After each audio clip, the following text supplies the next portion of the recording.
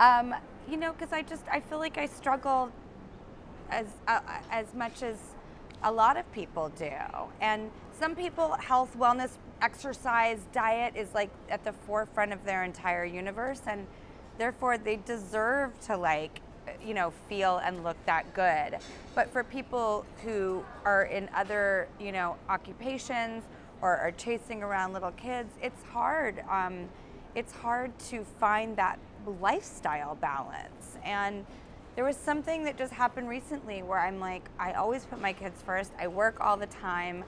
I have to find myself a little bit in my own life so that I have the energy and the strength to maintain this life.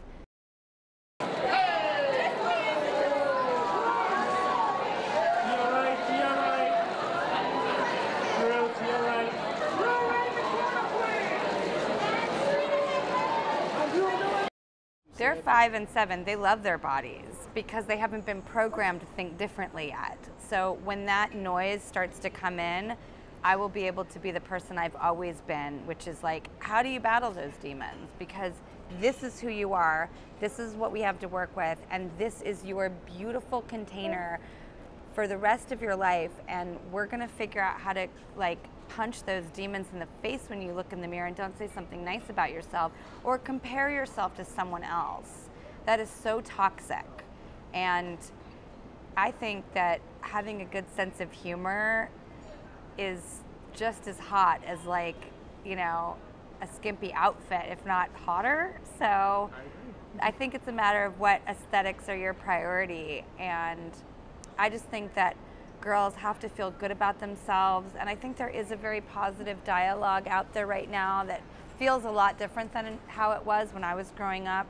You know, all the models were really tall and thin, and you know, there was that Hollywood cookie cutter sort of pressure, and I think right now in this day and age there's something much more inclusive and empowered and cool and much more like normal and natural going on. So maybe my daughters will grow up with a different mentality as well, but I'll be there to foster it.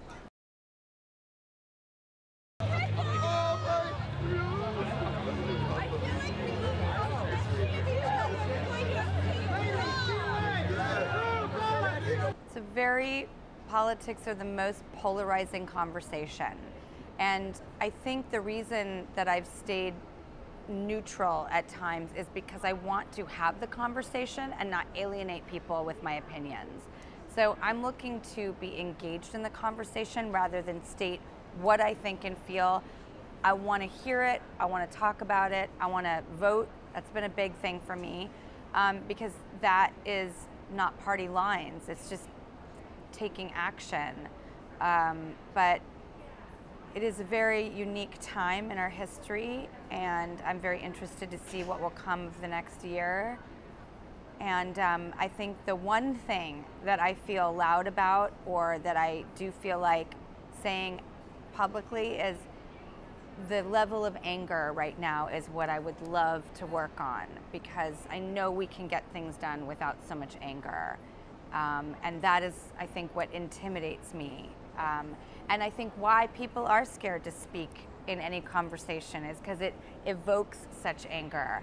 And I have a dark side, I'm super passionate, but I know I march in the army of optimism. So I want to figure this out in a way that is safer and more welcoming to everyone's thoughts and feelings on issues.